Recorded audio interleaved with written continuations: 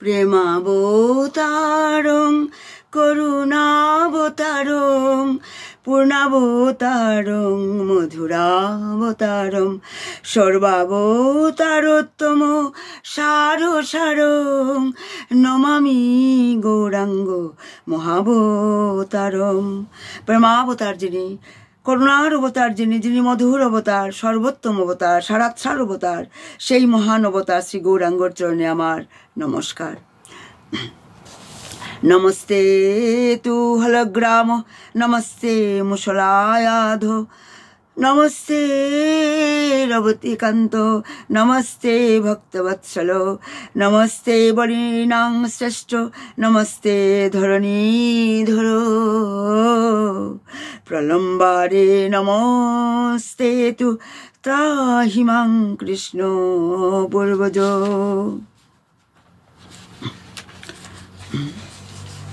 মন্ত্রহীনং ক্রিয়াহীনং ভক্তিহীনং জনার্দন, যৎপূজিতং ময়া তদেব পরিপূর্ণং তদস্তু মে।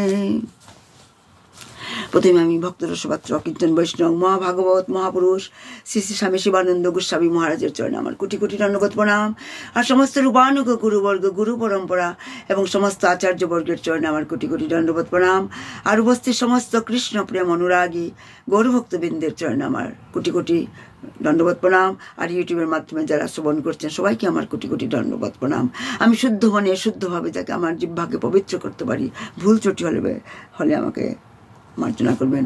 আমরা শ্রী শ্রী চৈতন্য চরিতামৃতের মধ্যলীলার দাবংশ পরিচ্ছেদ অভিধেয় তত্ত্ব, যেটা সনাতন গোস্বামীকে মহাপ্রভু বেনারসে বসে সেই অভিধেয় তত্ত্বের কথা বলেছিলেন। কারণ শ্রী চৈতন্য মহাপ্রভু হচ্ছেন লীলা পুরুষোত্তম ভগবান শ্রীকৃষ্ণ স্বয়ং। এতেকাংশ কলা পুংস কৃষ্ণাস্য ভগবান স্বয়ং। ভগবান গৌরহরির সর্বোত্তম মানে রূপমাধুরী, এই যে স্বয়ং পরম ব্রহ্ম, তিনি স্বয়ং ভগবান হওয়া সত্ত্বেও জীবকুলকে মানে আমাদেরকে জীবাত্মাকে কৃষ্ণ ভজন শিক্ষা দেওয়ার উদ্দেশ্যে তিনি মহান ভক্তরূপে তিনি আবির্ভূত হয়েছিলেন। ভক্তিমার্গে কৃষ্ণ লাভের উপায় শিক্ষার উদ্দেশ্যে ভক্তিকামী মায়াবদ্ধ জীব মাত্রেই মানে মহাপ্রভুর প্রদর্শিত পন্থা অনুসরণীয়। মানে এইভাবে পরমেশ্বর ভগবান স্বয়ং মানে ভক্তি মার্গে ভগবত শরণাগতির উপায়ে মায়াবিষ্ট জীবদের শিক্ষা প্রদান করেন, যেভাবে সনাতন গোস্বামীকে অভিধেয় তত্ত্বের কথা বলছেন আমাদের জন্য। মানে শ্রীকৃষ্ণ ভগবান শ্রীকৃষ্ণ এখন পঞ্চতত্ত্বে তিনি প্রকাশিত হয়েছেন। বিশুদ্ধ সত্যে অধিষ্ঠিত না হলে মানে মানে বিশুদ্ধ সত্যে মানে চিত্তবৃত্তি শুদ্ধিত না হলে শ্রী চৈতন্য মহাপ্রভুকে স্বয়ং লীলা পুরুষোত্তম ভগবান বলে উপলব্ধি করা মানে মুশকিল, মানে খুব দুরূহ, মানে দুরূহ। এই জন্য চৈতন্য তত্ত্ব লাভের উদ্দেশ্যে মহাপ্রভুর মুখ্য পার্ষদ ষড়গোস্বামী বিশেষভাবে শ্রী জীবগোস্বামীর প্রদর্শিত পন্থা অনুসরণীয়। তাই তো বলা হয় গৌরাঙ্গের মাধুর্য লীলা যার কর্ণে প্রবেশিলা, হৃদয় নির্মল হইল তার। আমাদের হৃদয়কে নির্মল করার জন্য, শুদ্ধিত করার জন্য যুগে যুগে ভগবান আসেন, তার সপার্শ্বদ নিয়ে আসেন এবং সেই পার্শ্বদরাই আমাদেরকে তাদের মানে পার্শ্বদের অন্তরঙ্গ পার্শ্বদের সেই জীবন চরিত সুধা আমরা পাঠ করে শ্রবণ করে আমাদের চিত্তবৃত্তি আমাদের শুদ্ধিত হয়ে যায়। মানে তাদের সেই ভুবন মঙ্গল, তাদের জীবন চরিত যেন এক আলোকবর্তিকা আমাদের মার্গ দর্শন করায়। মানে তাই তো আমাদের আচার্য নরোত্তম দাস ঠাকুর গেয়েছেন, গৌরাঙ্গ বলিতে হবে কবে পুলক শরীর, হরি হরি বলিতে নয়ন ববে নীর, আরো কবে নিতাই চাঁদের করুণা হইবে, সংসার বা সোনামুর কবে তুচ্ছ হবে। গৌরাঙ্গ বলিতে কবে পুলক শরীর, সেই গৌরাঙ্গের নাম নিতে তার স্মরণ করে, তার পার্শ্বদের স্মরণ করে কবে আমার শরীর পুলকিত হবে, আমার চোখ দিয়ে অশ্রু বয়ে পড়বে, গলার স্বর গদগদ হবে, না জানি কোন দিন সেই দিন আসবে। তাই তো আমাদের যুগে যুগে ভগবান আসেন, সপার্শ্বদ নিয়ে আসেন, এসে আমাদেরকে তাদের লীলা মানব তনু লাভ করে তারা মানে তারা প্রাকৃত জগতের মতো লীলা করে যাচ্ছেন। আর আমাদের সেই অপ্রাকৃত জগতের সন্দেশ নিয়ে আসেন তারা, যাতে আমরা তা শ্রবণ করে আমাদের চিত্তবৃত্তি যাতে শুদ্ধিত হয়ে যায়। তাই শাস্ত্রে বলা হচ্ছে, শাস্ত্রে মানে এটা বলে, আবার কোন শাস্ত্র ওটা বলে, শাস্ত্রের কথা কখনো কিন্তু ভুল হয় না। মানুষের মধ্যেই, আমাদের মধ্যে 4টা দোষ আছে, মানে মানুষ 4 প্রকারের দোষী, 4টা। সেটা হচ্ছে ভ্রম, প্রমাদ, বিপ্রলিপ্সা এবং করুণা পাটব। কেউ যতই বিদ্বান হোক না কেন, অনেক জ্ঞান থাকলেও এই 4টা দোষ থেকে কেউ মুক্ত নয়। তাই কোনো মায়াবদ্ধ জীব যখন কোনো সিদ্ধান্ত নেয়, সেটা নির্ভুল হওয়া সম্ভব নয়, ভুল থাকবেই। কারণ আমাদের জ্ঞানেন্দ্রিয় ডিফেক্টিভ। সর্পকে দেখলে আমরা, রজ্জুকে দেখলে সর্প বলে ভ্রম করি, সেটা হচ্ছে ভ্রম। তা ছিল আমাদের প্রমাদ আমরা যা কানে শুনি সেটা আমরা শুনে ভুল করি এবং ভুল ব্যাখ্যা করি, সেটাকে বলা হয় প্রমাদ।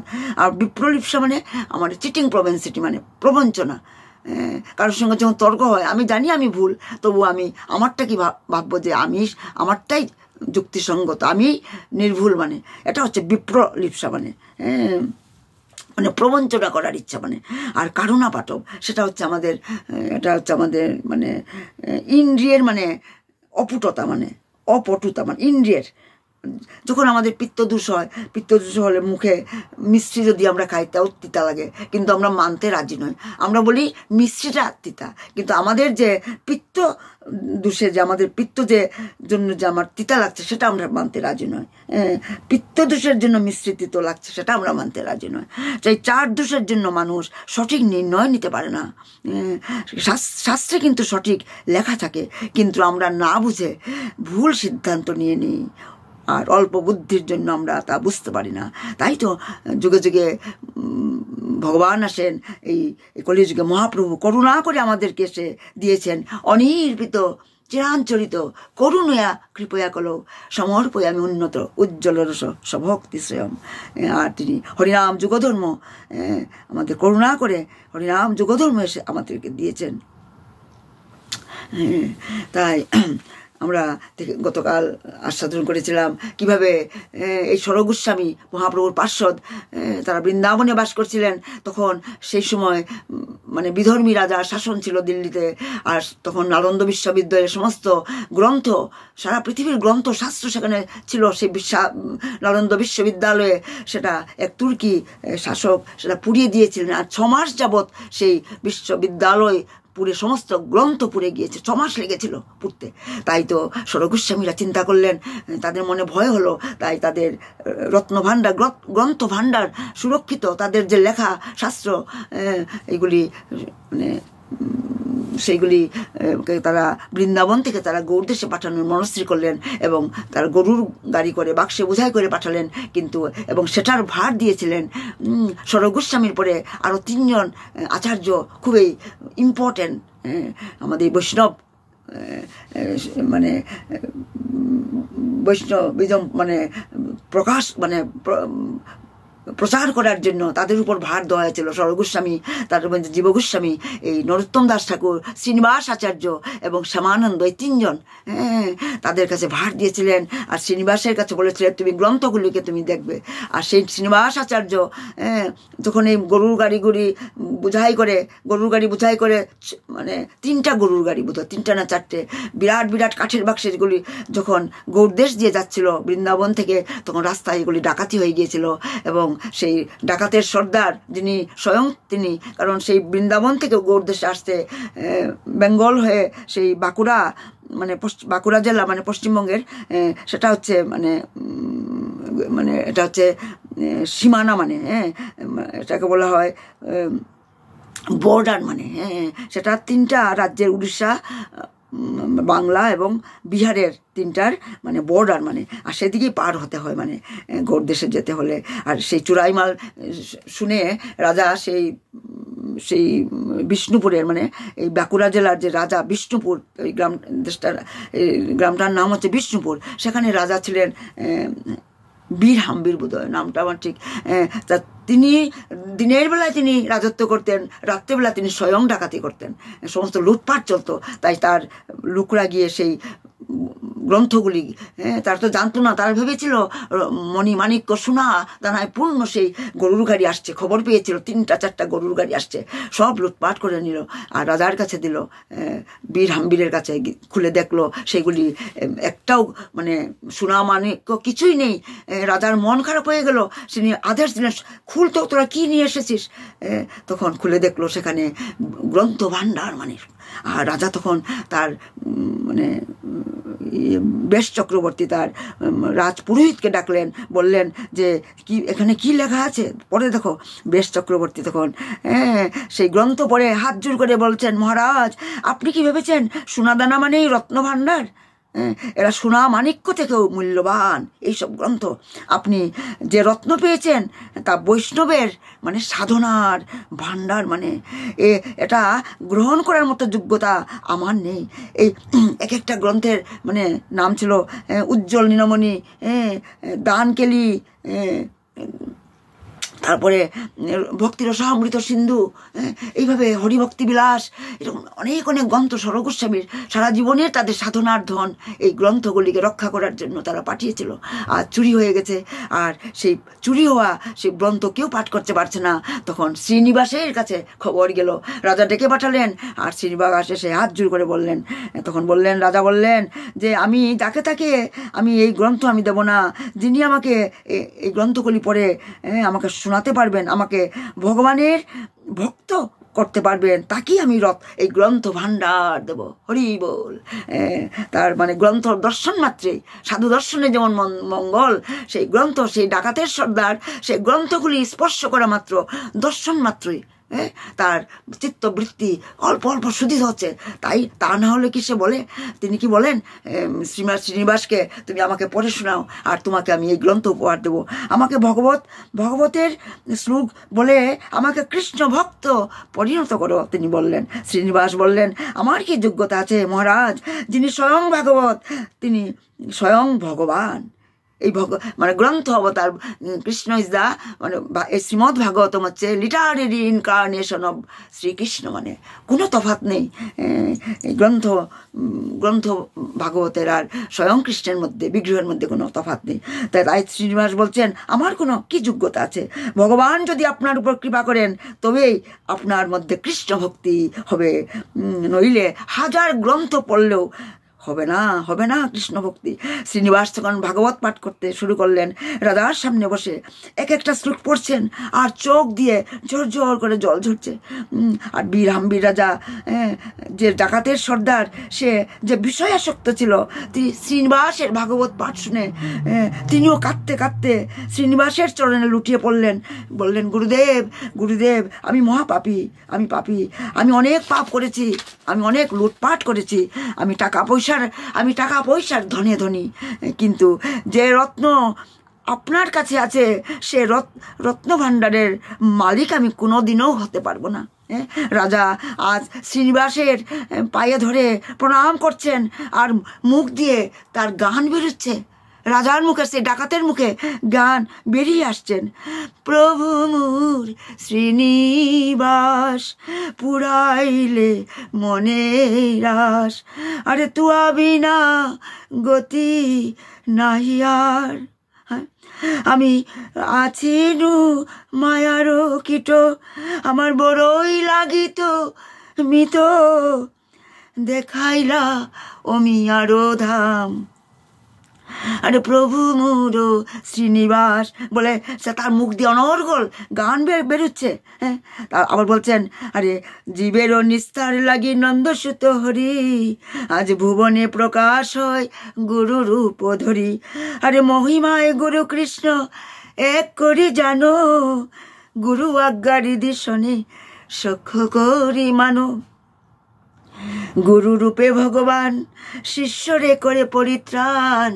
আরে গুরু রূপে ভগবান শিষ্যরে করে পরিত্রাণ। হ্যাঁ, সেই রাজা বিরামবিদ যে ডাকাত ছিল, কিন্তু শ্রীনিবাসের ভাগবত পাঠে তিনি ভক্ত হয়ে গিয়ে তার চরণে মানে দীক্ষাও নিয়েছিলেন।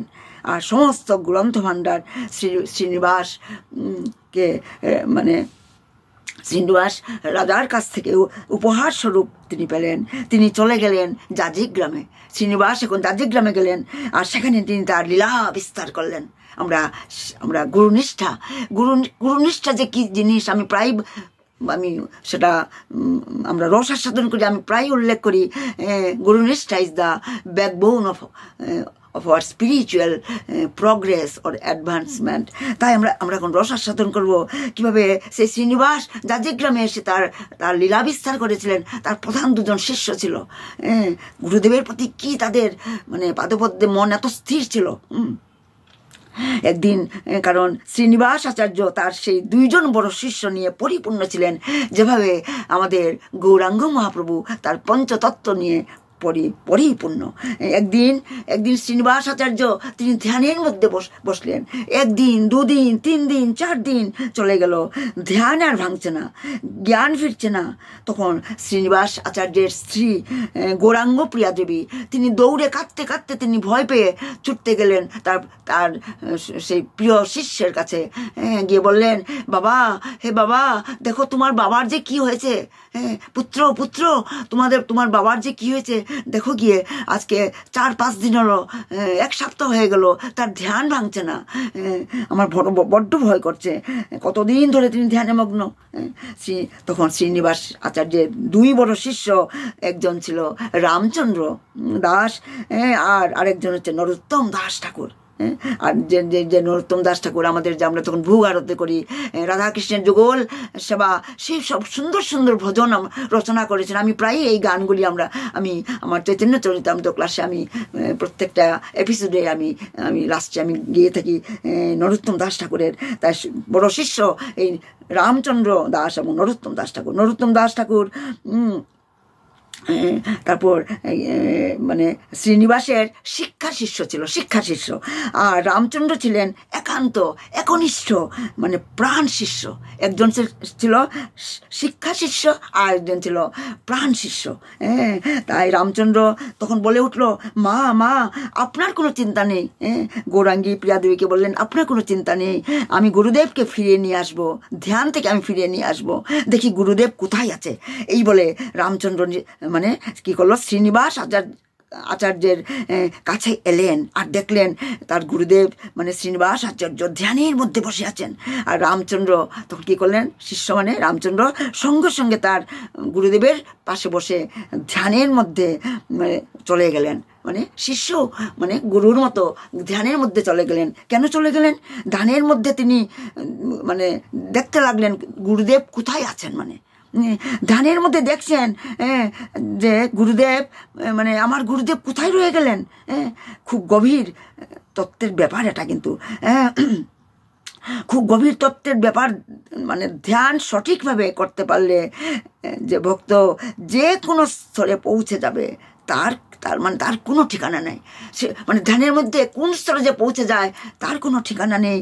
ধ্যানের মধ্যে তখন রামচন্দ্র দেখছে তার গুরুদেব শ্রীনিবাস গিয়ে বসে আছে যমুনা নদীর পাড়ে বৃন্দাবনে।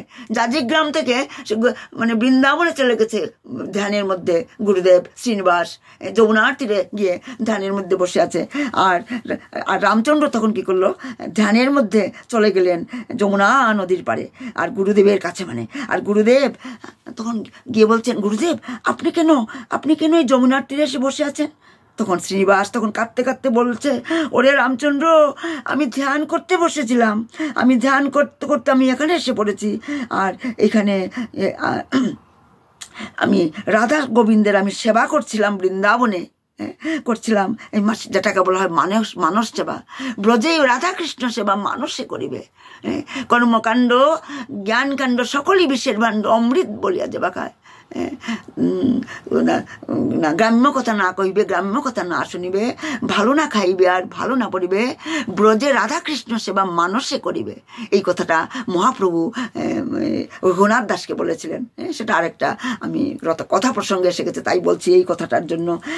তাই বলছেন যে শ্রীনিবাস কাঁদতে কাঁদতে বলছেন, তার শিষ্যকে বলছেন, রামচন্দ্রকে বলছেন, হে রে আমি ধ্যান করতে করতে আমি এখানে এসে পড়েছি রে, বৃন্দাবনে এসে পড়েছি, যমুনার তীরে এসে আমি রাধা মাধবের সেবা করছি, কিন্তু রাধারানীর নাকের বেসরটা হারিয়ে গেছে যমুনার জলে স্নান করতে, তাই আমি যমুনার জলে ডুব দিয়েছি, কিন্তু কিছুতেই আমি খুঁজে পাচ্ছি না সেই নাকের বেসর রাধারানীর। রাধারানী আমাকে আদেশ করলেন আমাকে বেসরটাকে খুঁজে দেওয়ার জন্য। রাধারানী আদেশ করেছেন শ্রীনিবাসকে, আমার বেসর তুমি খুঁজে দাও, কিন্তু আমি তো পাচ্ছি না রে বলে বলছেন। আমি কাঁদছি আর খুঁজছি, আর যতক্ষণ আমি খুঁজে পাচ্ছি না আমার ধ্যানও ভাঙছে না, এর জন্য আমার ধ্যান ভাঙছে না। শ্রীনিবাস বললেন তার শিষ্য রামচন্দ্রকে, তাই আমি কি করব বললেন। তখন রামচন্দ্র, তার শিষ্য রামচন্দ্র তখন বললেন, গুরুদেব আপনি যদি আমাকে কৃপা করেন, আদেশ দেন, আমি একটু খুঁজে দেখি। গুরুদেব বললেন, শ্রীনিবাস বললেন, তুই খুঁজবি? ঠিক আছে, বেশ, তুই না হলে খুঁজ। 7 দিন ধরে শ্রীনিবাস পেল না সেই নাকের বেসর, আর একদিন মাত্র ডুব দিয়েই রামচন্দ্র যমুনার তলা থেকে সেই নাকের বেসর নিয়ে হাজির হলো তার গুরুদেবের সামনে। আমার টাইম কতটা হয়েছে? 5 মিনিট আছে। গুরুদেবের সামনে সেই নাকের বেসর নিয়ে হাজির হলো। এই নিন গুরুদেব। এ কি রামচন্দ্র, তুই রাধারানীর বেসর পেয়েছিস নাকের? এটা তো আমি আমার কাছে রাখবো না রে, আমি ললিতার কাছে আমি দেব। ললিতার হাতে নাকের বেসর দিল রামচন্দ্র, আর ললিতা গিয়ে, আমি শর্টকাট করে বলছি টাইমের অভাব, আর ললিতা গিয়ে রাধারানীর হাতে দিল। কারণ লীলাগুলি একদিনে বলতে না পারলে নেক্সট ক্লাসের জন্য রাখলে না সেটা মানে সুরটা হারিয়ে যায়, মানে তাই আমি শর্টকাট বলছি। তাই গুরুদেব শ্রীনিবাস বললো আমি ললিতার কাছে দেব। তখন ললিতার হাতে দিল, আর ললিতা গিয়ে রাধারানীর হাতে দিল। রাধারানী বলে উঠলেন, কিরে ললিতা, এতদিন ধরে কেউ খুঁজে পেল না, কে খুঁজে পেল? কে পেয়েছে আজ? কারণ শ্রীনিবাস তো পেল না। তখন ললিতা বলছে, শুন রাধে, ওই যে যমুনার পাড়ে বসে বসে কাঁদছে শ্রীনিবাস, 7 দিন ধরে তোর সেবা করছে, রাধা যুগল সেবা করছে, আর সে পেল না। তার শিষ্য রামচন্দ্র খুঁজে পেয়েছে, শিষ্য এসেছে গুরুদেবকে খুঁজতে, তার নাম রামচন্দ্র কবিরাজ। রাধারানী সে তো এত বড় কাজ করেছে, তাকে প্রসাদ দিতে হবে। ললিতা রাধারানীকে বলছে, এগুলি সব লীলা, কত সুন্দর লীলা আমাদের জন্য মহাপ্রভু সরগোস্বামীকে দিয়ে এই লীলাগুলি আমাদের জন্য করিয়েছেন। রাধারানী ললিতা বলছে, তাকে প্রসাদ দিতে হবে। প্রসাদ তাকে গিফট আর কি, পুরস্কার, তোকে প্রসাদ দিতে হবে, কৃপা করতে হবে। এই বলে রাধারানী তখন কি করলো, ঠিক আছে আমি নিশ্চয়ই দেবো। রাধারানী তখন যে মুখের মধ্যে যে পান চিবুচ্ছিলেন, সেই পান মুখ থেকে সরিয়ে ললিতার হাতে দিলেন, আর যা শ্রীনিবাসকে দিয়ায়। ললিতা তখন দৌড়ে গিয়ে শ্রীনিবাসের হাতে তার হাতে এই রাধারানীর মুখের চিবানো পান দিল। আর শ্রীনিবাস আচার্য তখন রামচন্দ্রের হাতে দিয়ে বলল, এই নে তোর প্রসাদ। তখন রাধারানীর নাকের বাসর তুই খুঁজে নিয়ে দিয়েছিস, তাই রাধারানী কৃপা করে প্রসাদ পাঠিয়েছে তোর জন্য। তখন রামচন্দ্র বলছে, না গুরুদেব, এই প্রসাদ তো আমি গ্রহণ করতে পারবো না গুরুদেব। কেন পারবি না? কেননা রাধারানী তো আমাকে এই সেবাটা দেয়নি, রাধারানী আপনাকে দিয়েছে এই সেবা, আর আপনি আমাকে সেবা দিয়েছিলেন। রাধারানী আমাকে সেবা দেয় নাই, আমাকে সেবা আপনি দিয়েছেন, আপনি খুঁজে পান নাই, তাই আপনার পরিবর্তে আমি খুঁজেছি। আমার গুরুদেব তো আপনি, আমার গুরুদেব আপনি, তাই রাধারানীর পাঠিয়েছে প্রসাদ আমি কিভাবে গ্রহণ করব? কারণ রাধারানী আপনাকে দিয়েছিল সেই সেবা। শ্রীনিবাস বলে উঠল, না দুজনেরই প্রাপ্য, আমিও একটু গ্রহণ করব আর তুইও একটু গ্রহণ কর। এই বলে রাধারানীর চিবানো পান শিষ্য দিল গুরুদেবের মুখে, আর গুরুদেব দিলেন শিষ্যের মুখে। এইভাবে 7 দিন পর জয় রাধে রাধে বলতে বলতে ধ্যান ভাঙলো গুরুদেবের আর শিষ্যের। যখন ধ্যান ভাঙলো তখন কি দেখলো, তারা দেখলো যে মুখে ঠোঁটের কোণে মানে আর হাতের তালুতে রাধারানীর দেওয়া পানের দাগ লেগে আছে। দুজনের ঠোঁটে আর হাতের তালুতে রাধারানীর চিবানো পানের লাল দাগ দেখে আজ রামচন্দ্র আর গুরুদেব শ্রীনিবাস আচার্য দুজনকে জড়িয়ে ধরে কাঁদছে। কাঁদতে কাঁদতে তারা, আর সবাই দেখছে, ও গুরুদেব, তখন রামচন্দ্র দুজনেই কাঁদছে।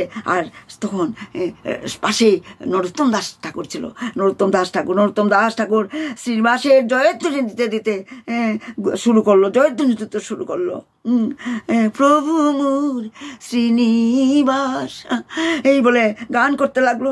আর শ্রীনিবাস এইভাবে গুরু শিষ্যের মিলন ঘটলো দাজিগ্রামে। এই ঘটনাটি ঘটেছিল।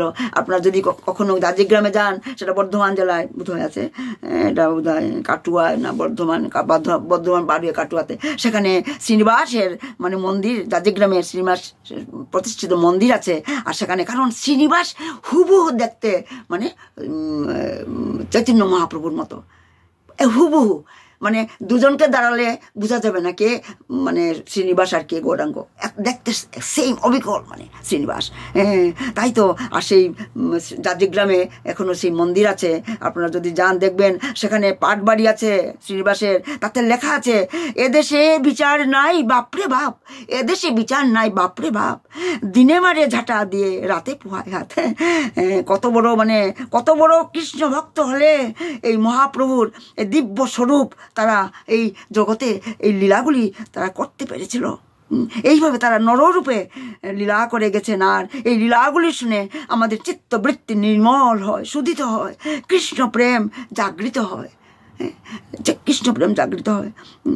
কিন্তু আমরা তাই তো আমাদের গৌরাঙ্গের মাধুর্য লীলা যার কর্ণে প্রবেশিলা হৃদয় নির্মল হইল তার। কিন্তু আমাদের কবে যে হবে চিত্তশুদ্ধি, আমি আমার কথাই বলছি, কবে প্রেম আসবে, কবে আমার মনে নাম শুনে যার প্রেম আসে মনে, চোখে আনে এত জল, সখী এ হরি কেমন বল। কবে হবে, কবে জানতে পারবো এ হরি কেমন বল। তাই এইভাবে শ্রীনিবাস আচার্য মহাপ্রভুর প্রেমের বন্যা দ্বিতীয়বার রক্ষা করলেন। আমার সময় শেষ হয়ে গেছে। নিতাই গৌ সীতানাথ প্রেমানন্দে হরি হরি বল, হরি হরি বল, হরি হরি বল। ভুল ত্রুটি মার্জনা করবেন। খেতুরি ধাম কি জয়, নরোত্তম দাস ঠাকুর কি জয়। অবতার সার গোড়ায় অবতার, কেন না ভজিলি তারে, আরে করি নিরবাস, গেল না পিয়াস, আপন করম ফেরে, আরে প্রেম কল্পতরু শ্রী গৌরাঙ্গ আমার, তাহারে ভাবিলি বিষে, আরে সৌরভেরও আসে পলাশ শুকিলি মন, না সাথে পশিল কিটে, আরে অবতার সার গোড়ায় অবতার, কেন না ভজিলি তারে, আরে গৌর নিতাই